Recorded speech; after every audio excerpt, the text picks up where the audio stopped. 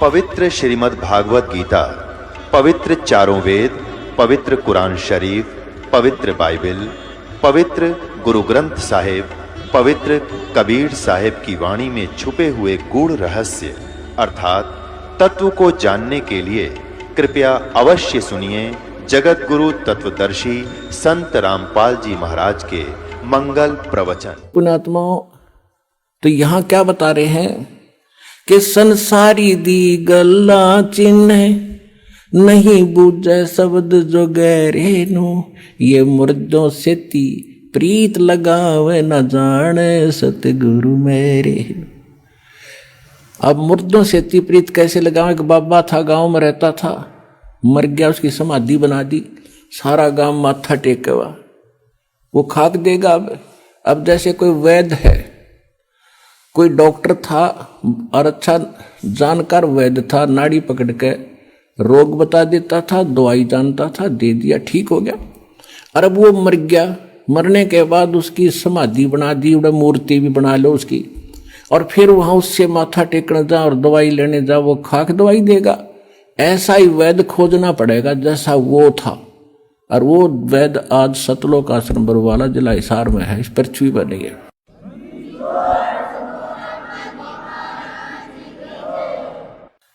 अब क्या बताते हैं?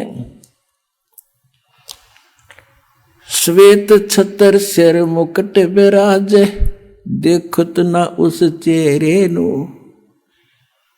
श्वेत छतर सिर मुकुट विराज, देखत ना उस चेहरे नु। ये ऊंची थड़ियां खेती बोवे, भूल गए नज डेरे। पहले वर्षा के ऊपर निर्भर होता था सारा खेती किसानी। जब ये वाणी बोली थी परमात्मा के बच्चे गरीबदास जी ने, अब उस समय कह रहे थे कि जिसके पास डहर खेत हो, डहर होता है नीचे का झील का खेत, ऊंचे स्थानों पर वर्षा हुआ जल भी वहां आ जाता है उस नीचे के स्थानों में। और डहर एक उपजाऊ जमीन होता है। थलियों पर तो मनमाने किले में ओवे 5 मन गेहूं बाजरा मुश्किल थे, जब वर्षा हो जाता है वो भी, और नीचे हो जा 50 मन किले में 60 मन। तो परमात्मा कह रहे हैं कि जिन साधनाओं को आप कर रहे हो और जिन देवताओं को, जिन भगवानों को आप इष्ट मान के पूज रहे हो, ऐसा कर रहे हो जैसे ऊंची थलियों पर खेती बो के तुम धनी बनने की इंतजार कर रहे हो, कोशिश कर रहे हो। और ये जो हम साधना बताते हैं, हम जो कबीर भगवान बताते हैं, ये समझ लो डहर है आपका, डहर वो उपजाऊ जमीन है। 1 मन गेहूं डालोगे तो 70 मन देगा आपने।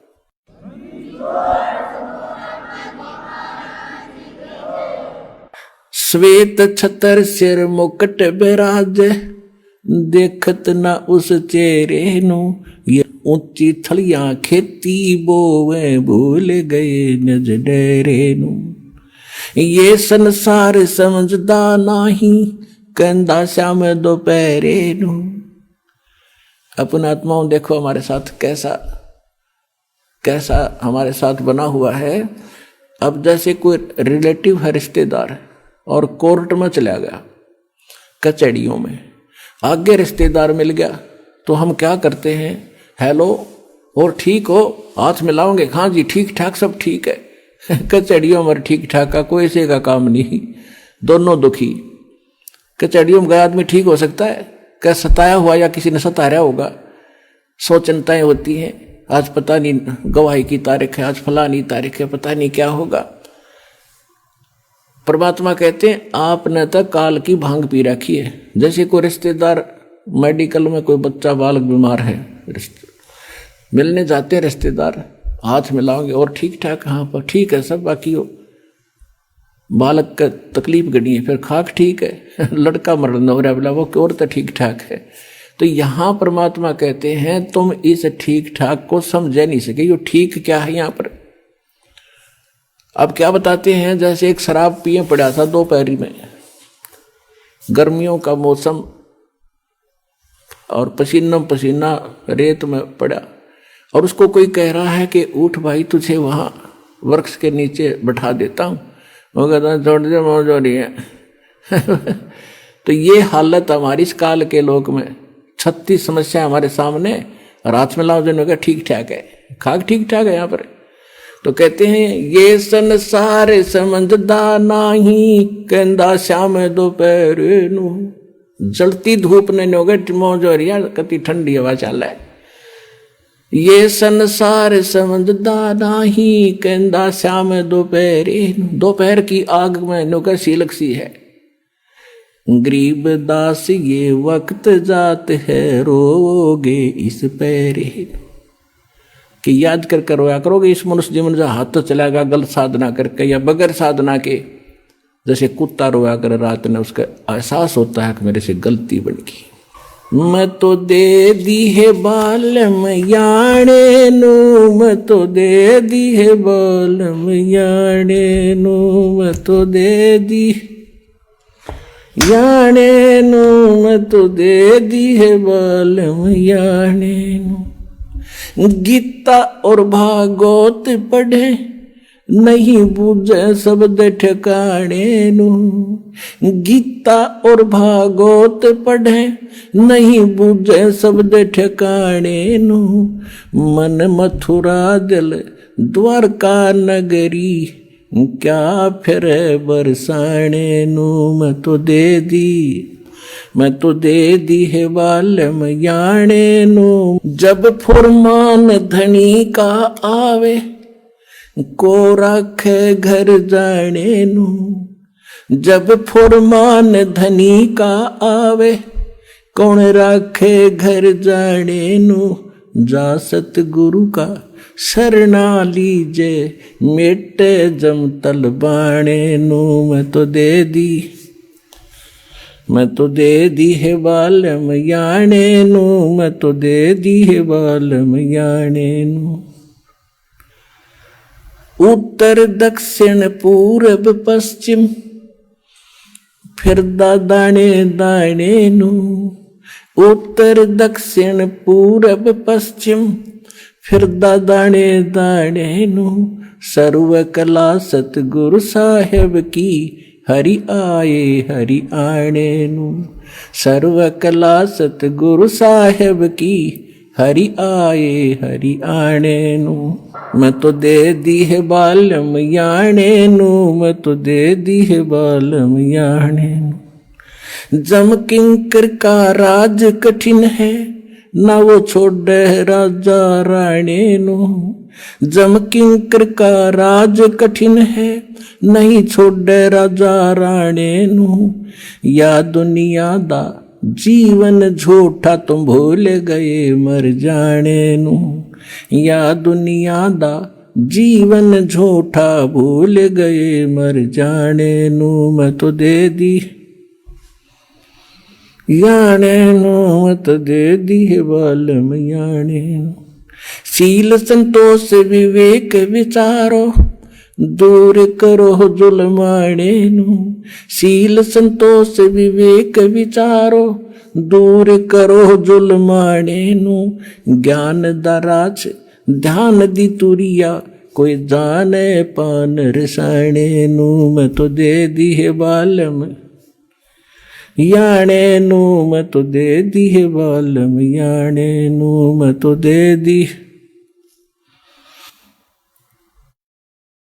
महल कपाट सतगुरु ने खोले, अमी महारस खाने नू।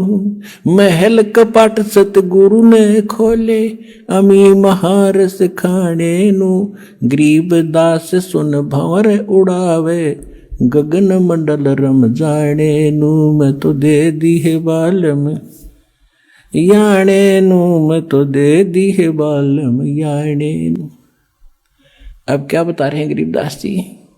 गीता और भागवत पढ़े, ना बूझे शब्द ठिकाने नू। गीता पढ़ते हैं, भागवत की 7-7 दिन कथा सुनते हैं। उसमें क्या कथा है? शर्म आवा मनी और बड़े रुचि से पढ़ा करते थे।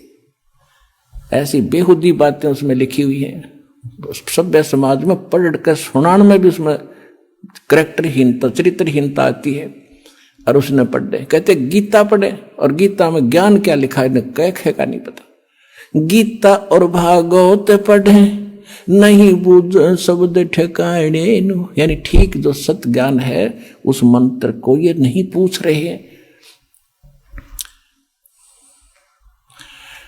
अब क्या बताते हैं, जब फुरमान धनी का आवे को रख घर जाने नु, और जा सतगुरु का शरणा ले लो, जो मेटे जमतल बाणे नु मैं तो दे दी। अब क्या बताते हैं कि जब तुम्हारा समय पूरा होगा मनुष्य जीवन, अब यम के दूत आपको लेने के लिए आएंगे। आप चाहे शिव के पुजारी हो, चाहे विष्णु के, चाहे माता दुर्गा और किसी के भी, चाहे ब्रह्म के और चाहे पर ब्रह्म के, आपको कोई नहीं रोक सकता। उस समय आपको जाना ही पड़ेगा। और यदि आप परमेश्वर कबीर जी की शरण में इस दास के माध्यम से आ जाओगे, परमात्मा उसको भगा देगा कि छोड़ो, अब ये मेरा बच्चा है, तुम इसमें कुछ नहीं मांगते।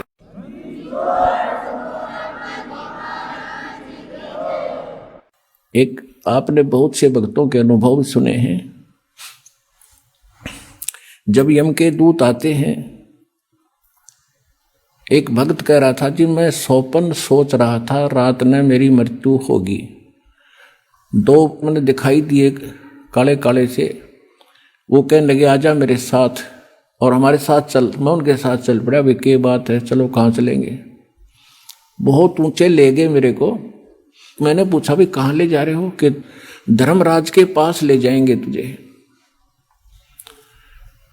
और फिर क्या करोगे, फिर जैसा उनका आदेश होगा वैसा करेंगे। नरक में डालना होगा नरक में डाल देंगे, और गधा कुत्ता बनाना होगा तो वहां बेच देंगे। तो उसने सोचा मैं मर गया क्या, कहने लगा हाँ मर लिया तू।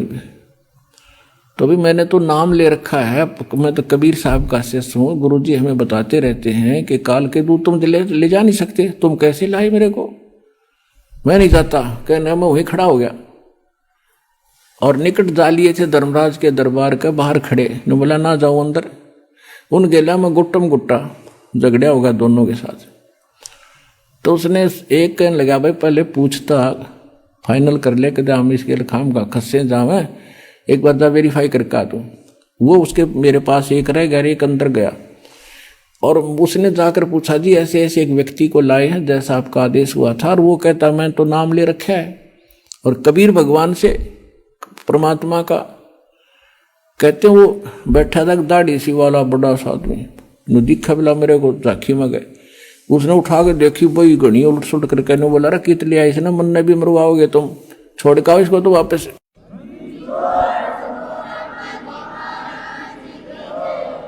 तो वहीं से पटक दिया वापस, इतना उच्च पटक दिया बेरा मोन जैसे। और मेरी घीघी बंदरी वापस आ एकदम उठा। तो काफी देर तक मेरा शरीर शिथिल था, हिल टुल नहीं रहा था, पसीना शरीर मारा। तब यदि ये घटना ना घटती और मैं ठीक ठाक उठ ले जाता तो शायद मैं इसको केवल सौपन मानकर भूल जाता। अब उसके बाद मेरी और ज्यादा लगन बन गई भगवान में। तो यहां गरीबदास जी कहते हैं कि जब फुरमान धनी का आवे को रख घर जाने नो, जा सतगुरु का शरणा लीज जो मेटे जम तलबाणे नु। जो जम का तलबाना यानी जो आदेश आता उसको कैंसिल कर दे, भाग जाओ, ये मेरा भक्त है, मेरी मर्जी से ये यहाँ से जाएगा। कहते हैं ऐसे सतगुरु की शरणा लो। उस परमात्मा की कृपा से ये दास रामपाल दास के पास वो मंत्र वो शक्ति है भगवान की दी हुई।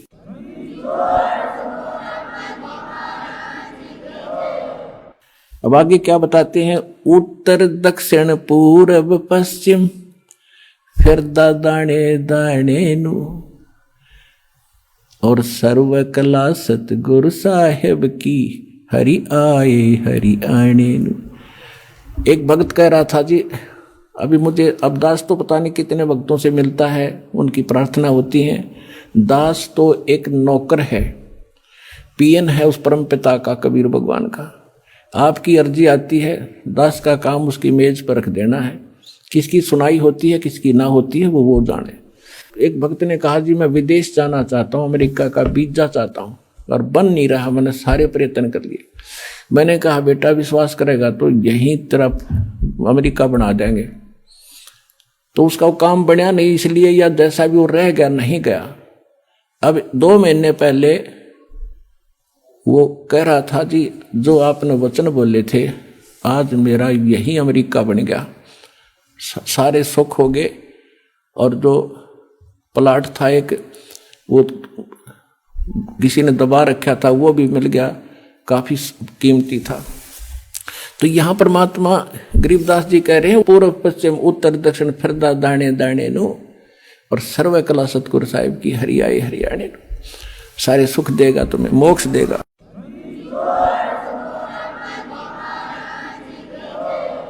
मैं तो दे दी है बाल में गूंगे नु, मैं तो दे दिए बाल में गूंगे नु।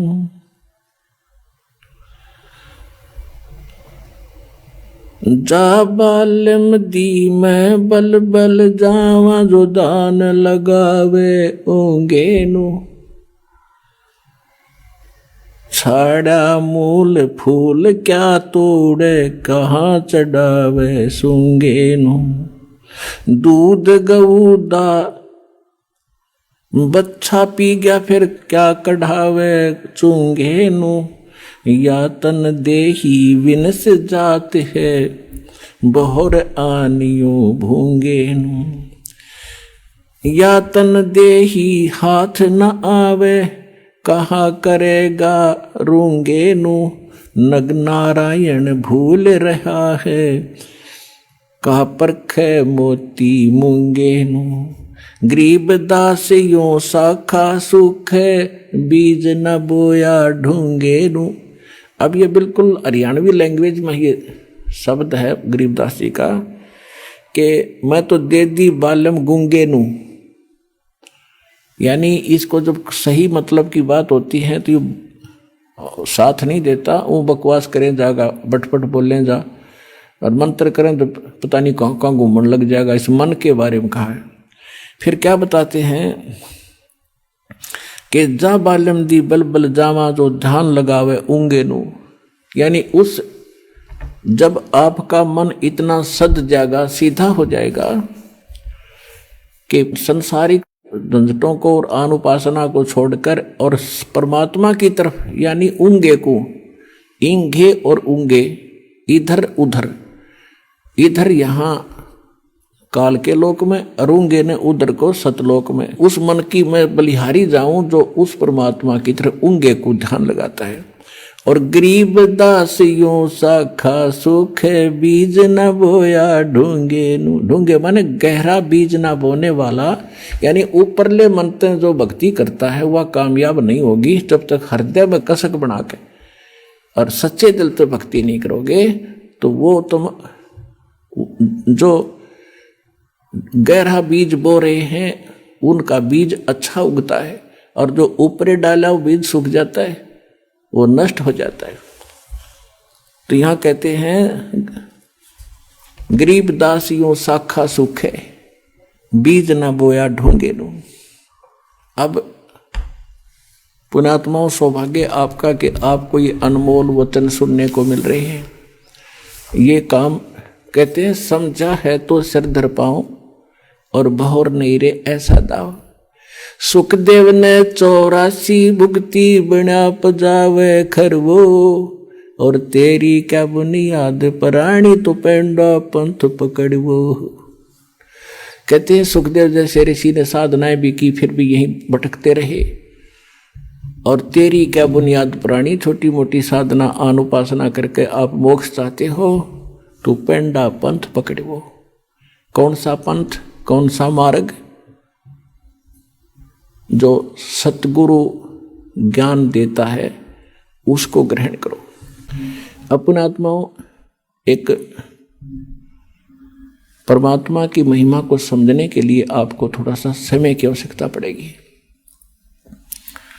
क्योंकि जब तक हम समय नहीं निकालेंगे तो कुछ भी काम नहीं कर सकते। आप बच्चों को शिक्षा के लिए भेजते हो, 15, 20, 22 वर्ष तक बच्चे को फ्री छोड़ देते हो, बेटा या बेटी को, और पैसा भी लगाते हो। किस लिए? क्योंकि आप परिचित हो इस बात से कि लड़का लड़की शिक्षित हो गया तो इसका रोजी रोटी ठीक मिल जाएगी, अच्छी बात है। और इसी प्रकार जब आपको इस बात का ज्ञान होगा कि मनुष्य जीवन किस लिए प्राप्त हुआ है, इसका मूल उद्देश्य क्या है, तो आप फिर इतना ही जोर, इतना ही समय और समर्पण इस साइड में होगे। और उधर जैसे लड़के पढ़ गए, खूब MA BA PhD CA कर लिया, और नौकरी कौन सी सबको मिलेगी, और फिर भी हम पढ़ा के छोटे बच्चों को, तो कहने का भाव यह कि उसमें हानि भी हो सकती है, और फिर भी इतना हम प्रयत्न कर रहे हैं तो इसमें हानि हो ही नहीं सकती। लड़का लगो चाहे लड़की भक्ति मार्ग पर, सारे ठाठ भगवान करेगा, या जो रोटी भी देगा और उसकी रक्षा भी करेगा, और मोक्ष भी मिलेगा, सदा के लिए सुख भी होगा।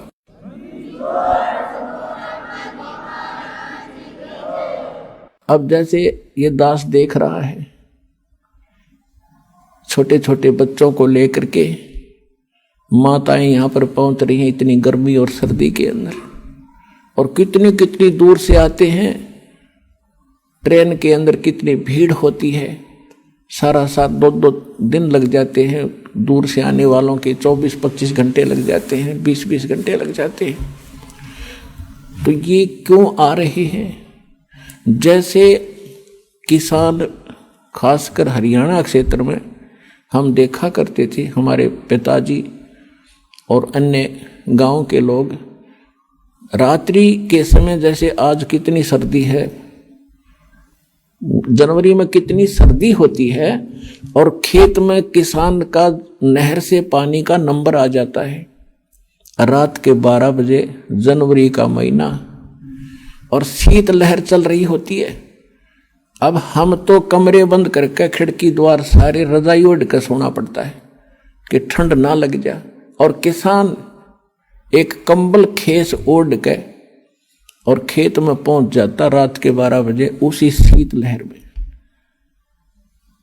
वो बिल्कुल आलस नहीं करता, और जब उसके नंबर आता है नहर से पानी लगाने का, उस कंबल खेस को भी उतार के नीचे रख देता साइड में, और जल के अंदर घुटनों पानी में बढ़कर कस्सी से वो पानी बंद करता है। अब वो किस लिए कर रहा है ऐसा काम, उसको मालूम है कि ये थी आज मैं सिंचाई करने नहीं गया और मेरा नंबर कट जाएगा, फिर ये नंबर मिलेगा नहीं, इतने मेरी फसल सूख जाएगी और मेरे बच्चे भूखे मर जाएंगे, मैं निर्धन हो जाऊंगा। क्योंकि किसान उस प्रोसेस से, उस प्रोसीजर से पूर्ण परिचित है, इसलिए वो ना ये देखता तेरा नमूनिया हो जाएगा, रात के समय ये भी नहीं देखता कोई सांप काट जाएगा, नहीं, वो काम करके छोड़े तो सफल हो गया। इसी प्रकार यहां वही आ सकते हैं जो उस किसान की तरह इतने प्रभावित हो चुके हैं और संतोष हो चुका है और उनको पूरा ज्ञान हो चुका है कि यो काम तब करना ही पड़ेगा, चाहे मरे चाहे जीवें। पर भगवान के भगत मरा नहीं करते, जिया करते हैं और सदा सुख मिला करते हैं।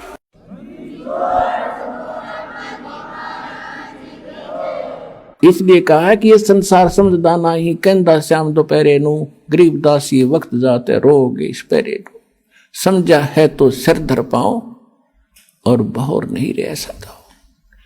अपने भाई बहनों को भी समझाओ, सारे संसार में ज्ञान फैलाओ, सारा विश्व सुखी होगा, सबको मोक्ष मिलेगा। ये वो टाइम आ गया है।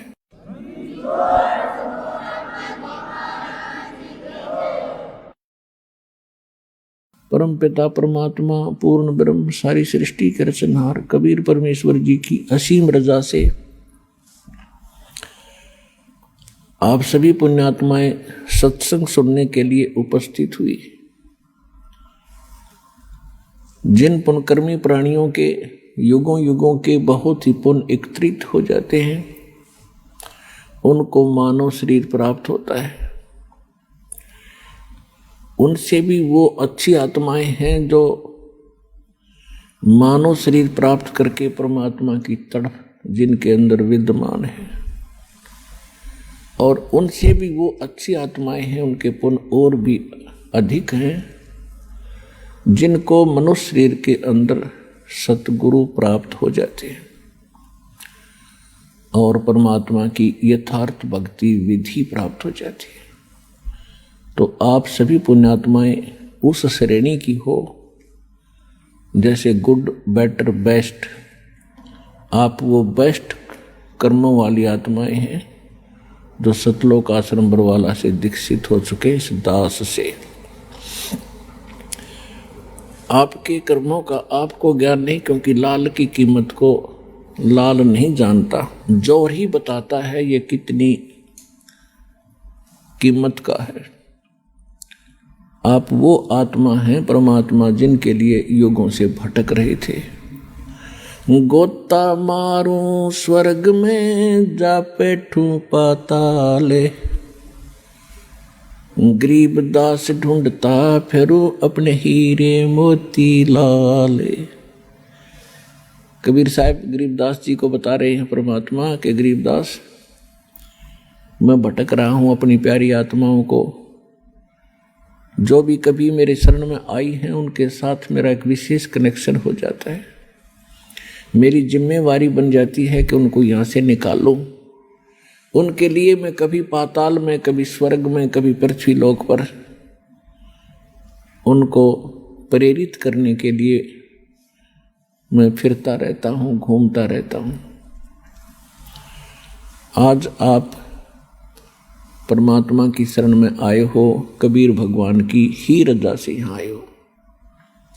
उन्होंने कोई भी कारण आपको यहाँ लाने का बनाया, कोई कष्ट हुआ, किसी साथी सहयोगी बहन भाई ने आपको यहाँ का ज्ञान बताया, या कोई पवित्र पुस्तक मिली, या कोई सीडी आपको सुनने को मिली, या किसी पुण्य कर्मी प्राणी के चैनल के ऊपर आपने परमात्मा की कथा सुनी, ये सब लीला परमात्मा कबीर जी ही कर रहे हैं।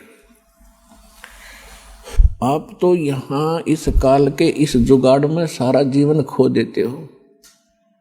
सभी प्रयत्नशील हैं, कोठी बने, घना धन हो, सुखी हो, बैंक बैलेंस हो, और हो वही रहा है जो होना होता है, क्योंकि आपकी जो किस्मत के अंदर जो प्रारब्ध में लिखा जाता है आपको आजीवन वही प्राप्त होता है। बेशक आप कितने ही पाप कर्म बिगाड़ो, चाहे चोरी करो, डाके मारो, रिश्वत ले लो, और चाहे आप कोई और हथकंडा अपनाओ धनी बनने के लिए, आपको केवल लिखा लेख किस्मत का ही प्राप्त होता रहेगा।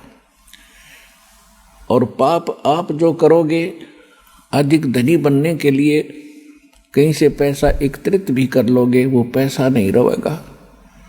कोई सदस्य घर का बीमार हो जाएगा, कोई पशु खराब हो जाएगा, या कोई पैसे लेकर देखो ना, या कोई लूट लेगा कि चोरी हो जाएगी, और वो पाप ज्यों के तो रहेंगे, वो चोरी नहीं होते, वो आपने कुत्ते गधे सूअर बनकर फिर भोगने पड़ेंगे। तो पुण्यात्माओं, परमात्मा का विधान है, ये किसी डूम बाट के गीत नहीं है। इन पर आपने घना जोर देना पड़ेगा। और जिस दिन आप समर्पित हो जाओगे कि कबीर इज गॉड, परमात्मा कबीर है, और इस धरती पर कोई ज्ञान नहीं, कोई भगवान नहीं, और ऐसा कोई सच्चा नाम नहीं, उसी दिन से आपका हाथ पकड़ लेगा परमात्मा। और जब आप भगवान के होगे फिर आपको चिंता क्या। सिर सौंप्या गुरुदेव को, सफल हुआ ये शीश, नित्यानंद इस शीश पर आप बसे जगदीश। जब ये शीश मालिक को सौंप दिया तो ईब वो उसका हो गया, हमारा नहीं रहा। और उस धनी के शीश ने फिर जोखिम क्या, उसको कौन टच कर सकता है, उसको कौन डिस्टर्ब कर सकता है। तो आप उसके बनकर देखो। परमात्मा कहा करते थे, कबीर इस संसार को समझाऊं के बारे, ये पूछ पकड़ के बेड़ की भाई उतरा चावे पार। और परमेश्वर से प्राप्त ज्ञान के आधार से उन्हीं का ज्ञान गरीबदास जी ने बताया है। बेड़ पूछ को पंडित पकड़े, ये बादो नदी बिहंगा, गरीबदास वो भवजल डूबे, जा नहीं साध सत्संग। परमात्मा कहते हैं कबीर इस संसार को समझाऊं कै बार, और ये पूछ पकड़ के भेड़ की और दरिया से पार होना चाहते हैं।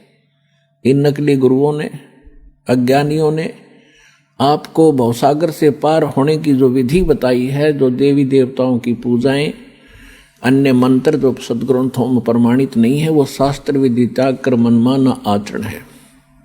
वो साधनाएं जो आप कर रहे हो वो तो ऐसी हैं जैसे कोई मूर्ख और किसी भोली आत्मा को सलाह दे दे जो दरिया से पार होना चाह रहा हो, उसको ये कह दे कि ये भेड़ पकड़ ले, इसकी पूंछ पकड़ कर दरिया में घुस जा, ये तुझे परले पार कर देगी।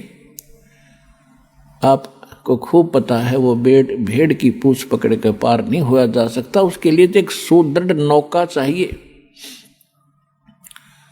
और फिर उसमें खेवट चलाने वाला भी ठीक आदमी, एक्सपर्ट हो, तब पार हुआ जाता है। तो परमात्मा कहते हैं कि ये भोली आत्माएं साधना तो शास्त्र विरुद्ध कर रही है और सभी बात करते हैं ऊपर पार होने की। इसी प्रकार गरीबदास जी कहते हैं कि भेड़ पूछ को पंडित पकड़े। ये विद्वान पुरुष गुरु लोग साधना शास्त्र विरुद्ध कर रहे हैं, वो भेड़ की पूंछ पकड़े बैठे हैं। और भादो नदी बिहंगा, भादवा के अंदर बहुत ज़्यादा वर्षा होती है और दरियाएं एक विशेष रूप धारण करके और फ्लो होकर चलती हैं, बड़े भयंकर पानी ले करके। तो कहते हैं उसमें से पार होना है आपने, और उसके लिए आप भेड़ की पूंछ पकड़े बैठे हो। गरीबदास व भवजल डूबे जा नहीं साध सत्संगा, कि जिनको सतगुरु का सत्संग नहीं मिला वो भवसागर में डूब जाते हैं गलत साधनाएं करके। कबीर साहब कहते हैं तीर्थ कर कर जग मर्या, उड़े पानी नाए, राम नाम जप्या नहीं फिर काल घसीटे जावे। कहते गंगा काठे घर करो, गंगा किनारे घर करो, और चाहे पीवो निर्मल नीर, मुक्ति नहीं सतनाम बिना, यों कह रे साहिब कबीर। काशी करवत लेत हैं आण कटावे शीश, ये बन बन भटका खात हैं, ऐसे मिले नहीं जगदीश।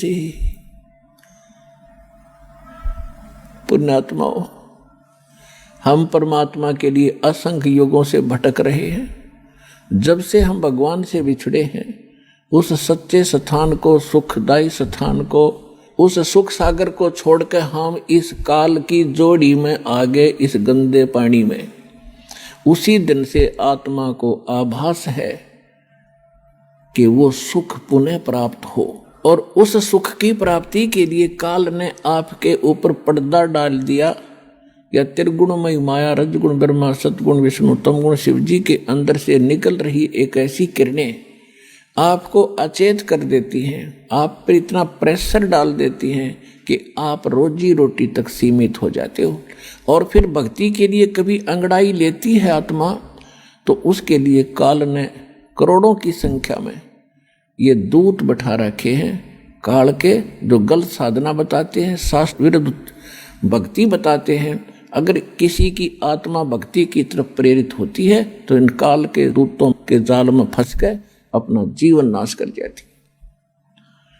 फिर इसने सोचा है कि निर्धन सोचता है कि मुझे धन घना हो तो मैं सुखी हो जाऊं। जिसके पास माया होगी वो सपने में भी सुखी नहीं हो सकता। ये याद रख लियो, दास के वचन नहीं, ये परमात्मा के वचन है। सुखी कौन होगा उसकी विधि बताते हैं। अब जो धनवान है वो ये सोचते हैं कि ये राजा लोग सुखी होंगे, राजनेता सुखी होंगे। इनको सोपन में सुख नहीं, ये सिर्फ एक छोटी सी प्रभुता पाकर इधर उधर से अटपट करके अपना जीवन व्यतीत कर रहे हैं। और हमने देखा कि ये बड़ी इनकी मौज होगी, आगे पीछे इनके गाड़ियां चलती हैं और पुलिस रहती है साथ में। ये सुख का साधन ही नहीं है। फिर ये राजा लोग समझते हैं कि देवता लोग सुखी होंगे स्वर्ग के अंदर, स्वर्ग में तो आग लग रही है। परमात्मा ने कहा कि ब्रह्मांड 2100 आग लगी है और कृत्रिमबाजी सभी ठगी है। देवता लोग समझते हैं कि इंद्र सुखी होगा, हमें सुख नहीं। इंद्र का सुख आपने बहुत बार पढ़ा भी और सुनाया भी है। इंद्र अपना समय पूरा करके स्वर्ग का राजा अगले जीवन में गधे की योनि में जाओगा, डेफिनेट, ये रूल है। तो खाक सुख उस इंद्र को। इंद्र सोचता है कि ब्रह्मा विष्णु महेश सुखी होंगे। इन ब्रह्मा विष्णु महेश की हिस्ट्री आप पढ़ के देख लो। श्री रामचंद्र रूप में विष्णु जी आए थे, सारा जीवन जंगल में धक्के खाए, फिर रावण के लट्ठम लट्ठा, और फिर आकर राजा बन गए। बच्चे कहीं आप कहाँ, वो जीव सुखी हो सकता है? और अंत कैसे हुआ था श्री रामचंद्र जी का? जब अपने बच्चों से मिलने की चेष्टा की तो पृथ्वी में धस गई वो सीता, तो पृथ्वी में समा गई और पुत्रों ने उससे बात करने से मना कर दिया। और फिर आकर के उन्हें सरयू नदी में जल समाधि ली, जिंदा डूब गया। तो क्या ये सुख है? विष्णु जी को सुख है? फिर श्री कृष्ण जी की हिस्ट्री देख लो। जेल में जन्म हुआ, मम्मा दुश्मन, कभी केसी, कभी चानौर, कभी जरासंध, कभी काल्यवन, लठ ले आएंगे। और अंत कैसा हुआ? श्री कृष्ण जी के सामने पूरा यादव कुल नाश हो गया, आपस में लड़का मर गया। और जो बुजुर्ग सबसे पीछे रह जा, सबकी मृत्यु देख ले, वो जीव सुखी नहीं होता। परमात्मा कहते हैं भाई तन दर सुखिया कोई ना देखा, जो देखा सो दुखिया हो, उदय अस्त की बात करते हैं, मन सबका किया विवेका हो, सबका किया विवेका हो। भाई घाटे बाधे सब जग दुखिया, के गृहस्थी बैरागी हो, घाटे बाधे सब जग दुखिया, क्या गृहस्थी बैरागी हो। सुख देव ने दुख के डर से गर्भ में माया त्यागी हो, गर्भ में माया त्यागी हो। तंदर सुखिया कोई ना देखा, जो देखा सो दुखिया हो, उदय अस्त की बात करते हैं, मन सबका किया विवेका हो, सबका किया विवेका हो। भाई जंगम दुखिया जोगी दुखिया, तपस्वी को दुख दूना हो। भाई जंगम दुखिया जोगी दुखिया, तपस्वी को दुख दूना हो। आशा तृष्णा सब में व्यापे, कोई महल न सुना हो, कोई महल न सुना हो। तन दर सुखिया कोई न देखा, जो देखा सो दुखिया हो, उदय अस्त की बात करते हैं, मन सबका किया विवेका हो, सबका किया विवेका हो। भाई साच कहूं तो ये जग ना माने, पर झूठ कही ना जाई हो।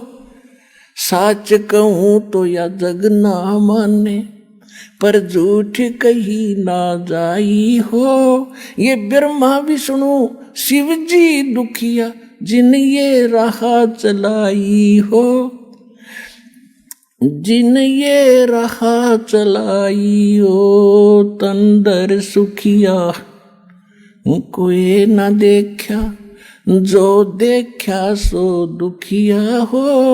उदय अस्त की बात करते हैं, मन सबका किया विवेका हो, सबका किया विवेका हो।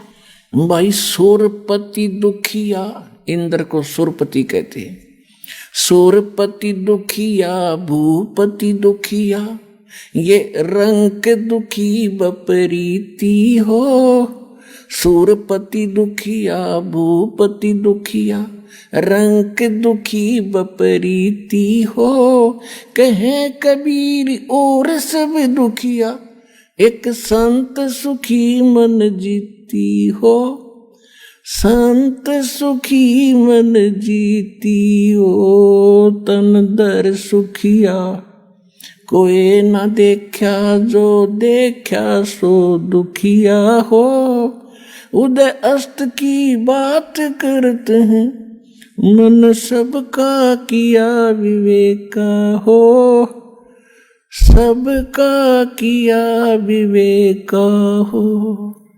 माई सूरपति दुखिया भूपति दुखिया, रंक दुखी बपरीती हो, सूरपति दुखिया भूपति दुखिया, रंक दुखी बपरीती हो, कहे कबीर और सब दुखिया, एक संत सुखी मन जीती हो, संत सुखी मन जीती हो।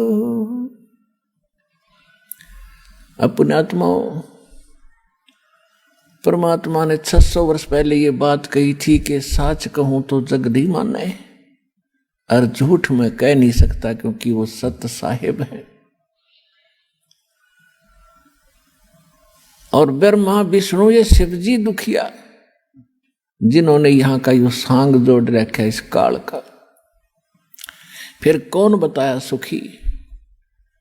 कहते सुरपति दुखिया, सारी पृथ्वी का भूपति, सारी पृथ्वी का राजा हो जा, वो भी महादुखी। और रंक तो स्वाभाविक दुखी, निर्धन तो वैसे दुखी, उस पर सारे कैर टूटे। तो परमात्मा कहते हैं, कह कबीर और सब दुखिया, एक संत सुखी मन जीती हो। संत कोई, संत माने संत सोए जो सीधा चले, सत भक्ति करे, सच्चा नाम जाप करे, वो सारे साधु और संत होते। साध संगत उन्हीं को कहते।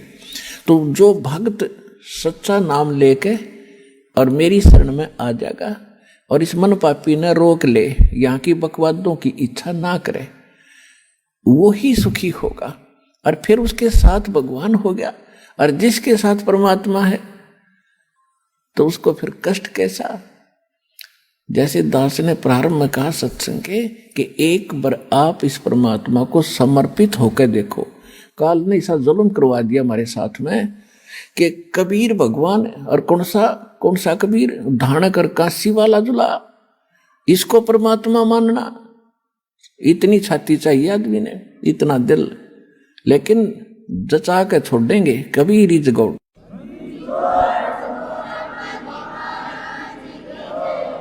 तो कबीर परमात्मा को भगवान सिद्ध करना और उसको हृदय में जचाना, इसने जुल्म कर दिया हमारे साथ। एक 4 ईंट लगा रखी उड़ा कुत्ते मुत्ते, वो भी भगवान है, और सारे भगवान है। जंडी भी भगवान और तुलसी भी भगवान, कबीर भगवान नहीं। अरे फूटे भाग हमारे, ऐसे गुरु मिले हमें।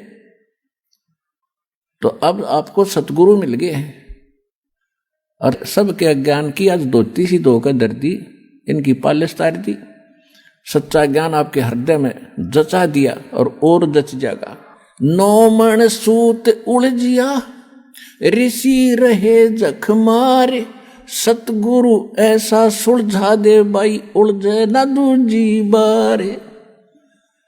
परमात्मा खेल तो सारा आप ही कर रहे हैं, स्वयं ही वो सतगुरु हैं, स्वयं ही वो परमात्मा है।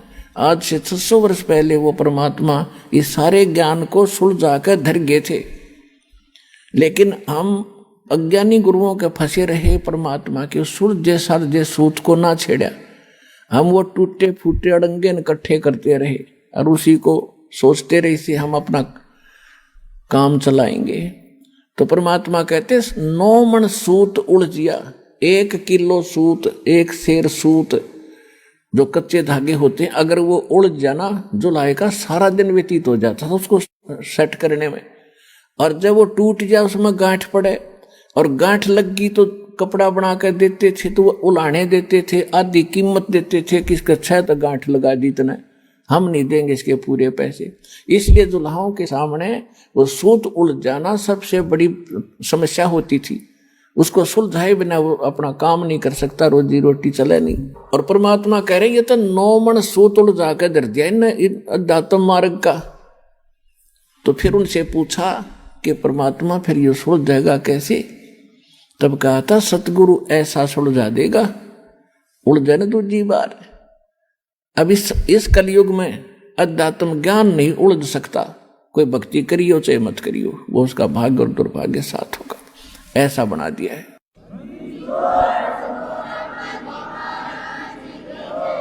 अब इस आत्मा को परमात्मा की तरफ जब से उससे विमुख हुई है, जब से इसका परमात्मा से वियोग हुआ है, उसी दिन से इसने भगवान की आवश्यकता महसूस हो रही है।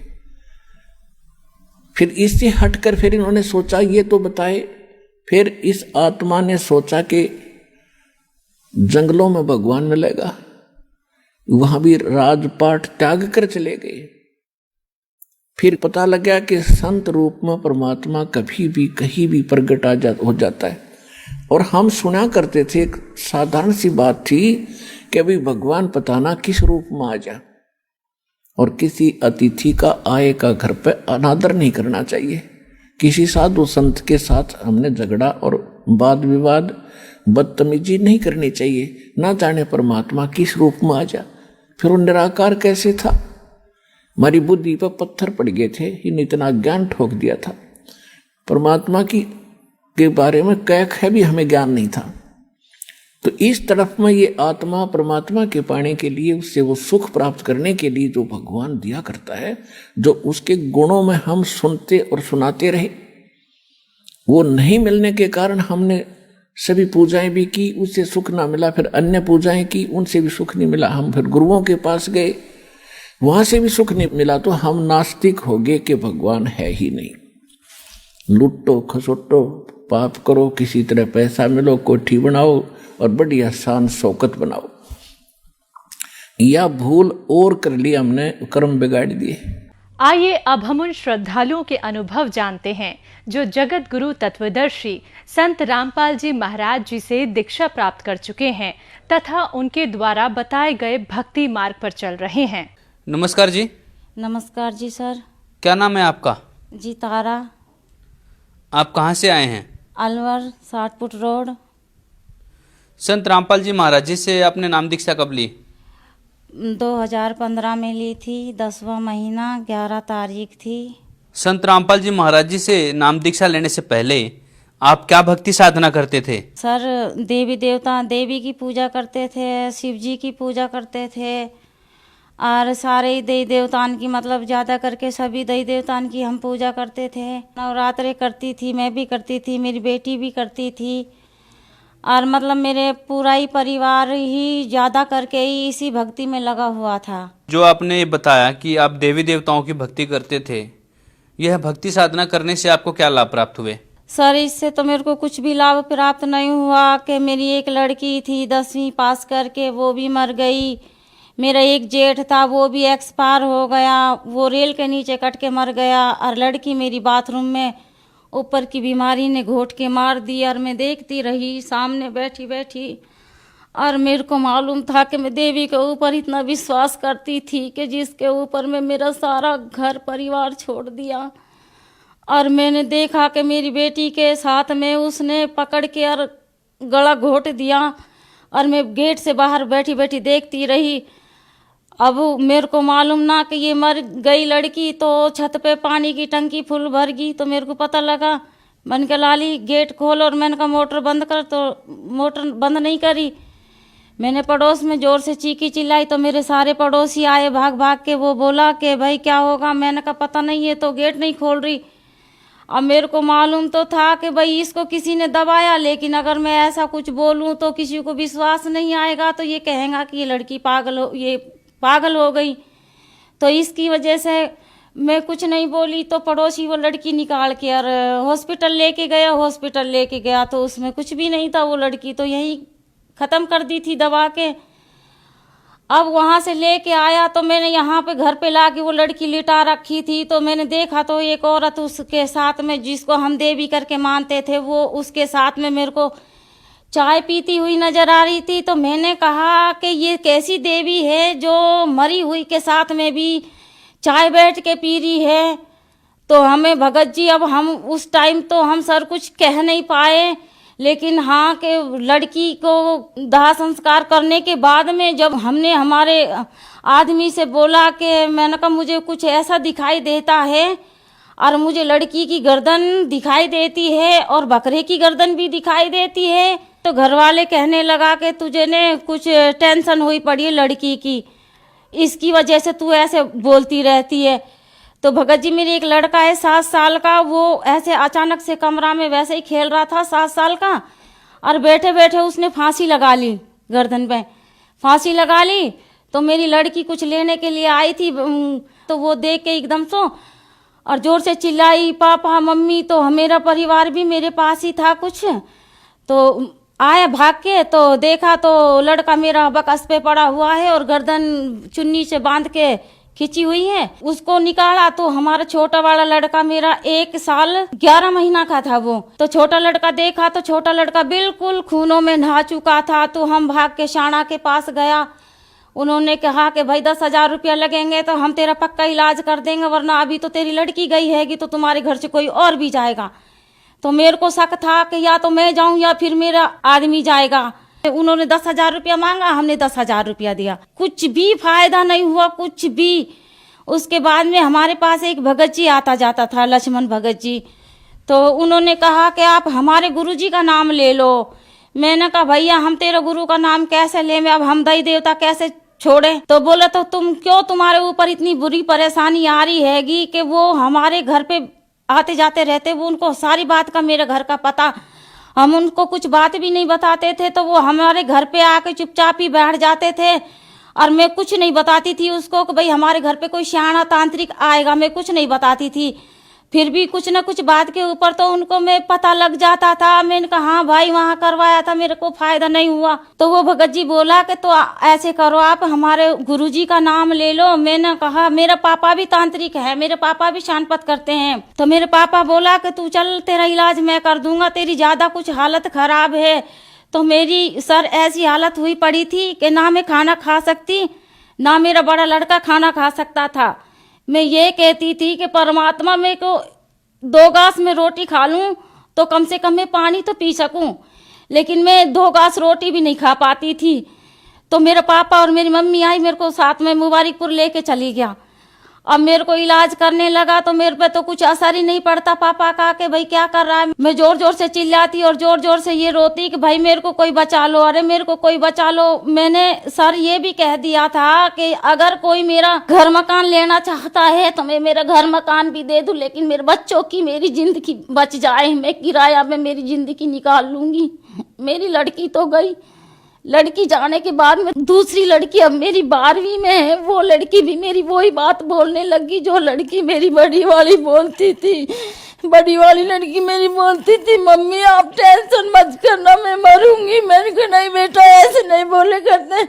जब वो ऐसी बात बोलती थी तो मेरा बड़ा दिल घबराता था। मैंने कहा ये मेरी बेटी मेरे साथ क्या बोलती है। मुझे क्या दिमाग में आता था कि आप कहीं कोई गलत लाइन तो नहीं है आपकी जो आप ऐसे बोलते हो। बोले नहीं मम्मी तू पागल है, मैं ऐसा कभी नहीं सोच सकती। तो बेटा आप ऐसे क्यों कहती हो, हमें मालूम नहीं था कि भाई इसके कुछ ऊपर की बीमारी आती है और वो आके बोलती है। तो मैंने कहा नहीं बेटा ममता मैं तेरे बिगड़ जी नहीं पाऊंगी। तो वो कहने लगी मम्मी 1 साल नहीं जियोगी, 2 साल नहीं ठीक होगी, तीसरी साल में अपने आप ठीक हो जाओगा। 1 साल मुझे कोई ना मिला, दूसरी साल में मुझे संत रामपाल के चर्चे मिले। तो मैंने ना पानी पिया ना मैंने खाना खाया। मैंने लक्ष्मण को बुला के बोली भगत जी मेरा तो कोई पता नहीं कि मैं बचूं कि ना बचूं, लेकिन मेरा बच्चा तो है। भाई तू मेरे को तेरे गुरु का नाम दिला दे, अब मैं सब कुछ छोड़ दूंगी, मुझे कुछ भी नहीं चाहिए। तो लक्ष्मण भगत मेरे को जयपुर लेके गया था। भगत जी हमारे पास में 1 रुपया भी नहीं रहा था, क्योंकि हम साण आन के दे दे के बिल्कुल दुखी हो गए थे। फिर हमें लक्ष्मण भगत लेके और वहाँ पे वो खुद ही तो पैसा दिया उसने और हमें खुद ही जयपुर लेके गया। जयपुर में हमें नामदान दिलाया। हम ऐसे हाथ पैर हो गए थे भगत जी, मेरे बेटे का भी और मेरे भी। और अगर मैं ऐसी खड़ी हो जाती तो मेरे सूट और सलवार निकल के ट्रेन में गिर जाती थी। फिर हम वहाँ संत रामपाल जी से हमने नाम दीक्षा ली। बहन जी, संत रामपाल जी महाराज जी से नाम दीक्षा लेने के बाद आपको क्या लाभ प्राप्त हुए? ऐसा है कि कम से कम जिस टाइम पे हमारे साथ में ये बाधा एकदम से आई थी, कम से कम ना तो 5-6 लाख रुपया का हमारे ऊपर उस टाइम पे कर्जा था। कर्जा भी हमने ऐसा है कि भाई तेरे से पैसा लेके किसी को दे दिया, उससे पैसा लेके उसको दे दिया, ऐसे करके कम से कम ना तो उस टाइम पे मेरे पास सिर पे 5-6 लाख रुपया रख रखा था। फिर हमने गुरुजी से नाम दीक्षा ली तो अब हमारे पास में किसी का कोई कर्जा भी नहीं है। और जब भी मैं गाड़ी की विचारती थी कि कोई गाड़ी ले लूं तो जब भी मेरे को एक्सीडेंट हुआ नजर आता था तो हमारे आदमी से मैं बोलती थी कि हम गाड़ी नहीं लेंगे कि हम क्योंकि तुम्हारा एक्सीडेंट हो जाएगा। और अब हमने यही महीना में 6 तारीख को गाड़ी निकलवाई है संत रामपाल जी से इजाजत लेके, तो अब हमें कुछ भी परेशानी नहीं है। अब हम एकदम ठीक हैं। खूब मेरे अच्छे बच्चों को चाहे मैं कुछ भी खिलाऊं कुछ भी पिलाऊं, मेरे बच्चों को कुछ भी नहीं होता है। अब ठीक ठाक रहते हैं, मेरी लड़की भी ठीक रहती है, मैं भी ठीक रहती हूँ।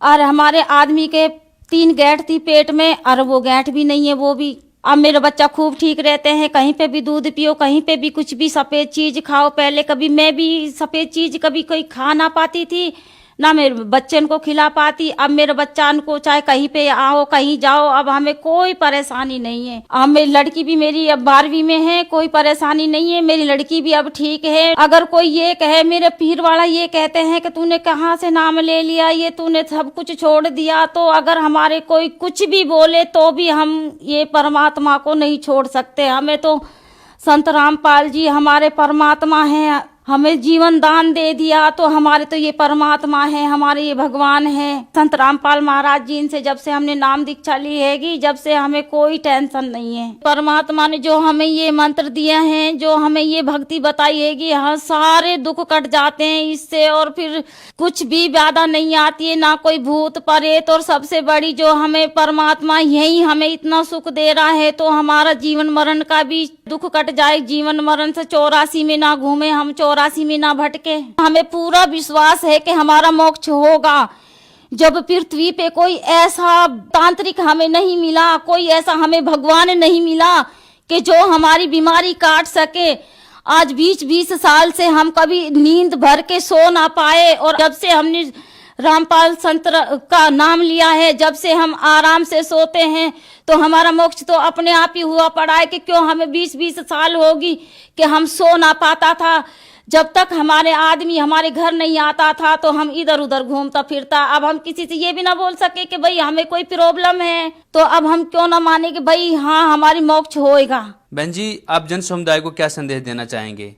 उनको मैं यही कहना चाहती हूँ कि ये पत्थर पूजा छोड़ दो, कुछ मत पूजो, सिर्फ संत रामपाल से नाम दीक्षा लो और अपना मोक्ष करो। कि क्यों तुम ये अपनी दशा खराब कर रहे हो, कि इतनी बुरी दशा हो जाएगी कि बस पूछो मत। क्योंकि हमें मालूम है, हम इतनी भक्ति पूजा करते थे कि हमें 4 बजे तो नहा के हम मंदिर चले जाते थे। तो हमारे जितना हम घर में नहीं खाता था, इतना तो हम मंदिर में इनको पत्थरन में लगा देता।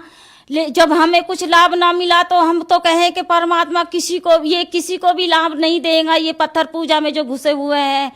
हम तो यही कहती हूँ कि सबसे कि सब संत रामपाल जी से दीक्षा लो और अपना कल्याण करवाओ।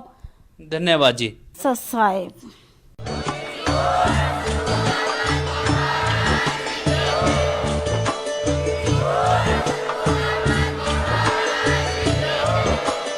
आप सुन रहे थे जगत गुरु तत्वदर्शी संत रामपाल जी महाराज जी के मंगल प्रवचन। अधिक जानकारी के लिए विजिट कीजिए हमारी वेबसाइट www.jagatgururampalji.org। संत रामपाल जी महाराज जी के शुभ आशीर्वाद से पूरे विश्व भर में 500 से भी ज्यादा नाम दीक्षा केंद्र हैं, जिन पर संत रामपाल जी महाराज जी द्वारा ऑनलाइन निशुल्क नाम दीक्षा दी जा रही है। अपने नजदीकी नाम दीक्षा केंद्र का पता करने के लिए संपर्क करें 8222880541।